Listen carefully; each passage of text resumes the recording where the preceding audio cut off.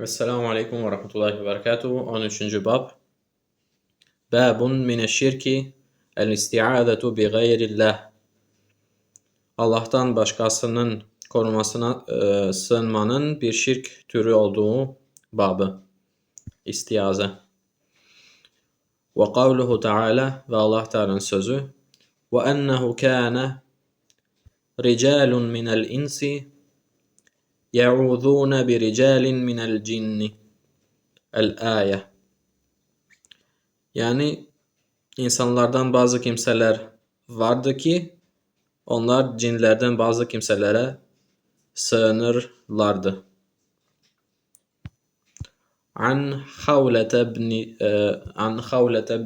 binti Hakimin, Havle binti Hakim den radıyallahu anha qalet, dedi ki, Semi'tu Resulallah sallallahu aleyhi ve sellem yekul.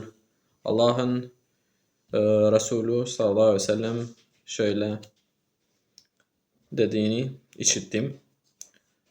Men kim, her kim nezele menzilen fekal. Her kim bir yerde konaklığında söylerse neyi?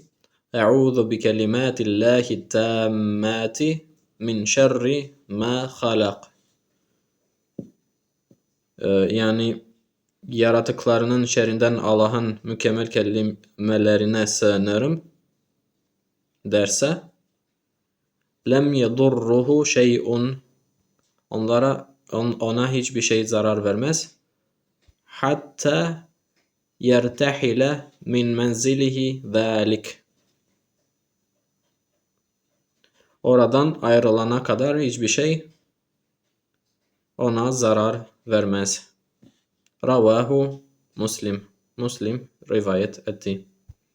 Esselamu Aleyküm ve Rahmetullahi ve Berekatuhu.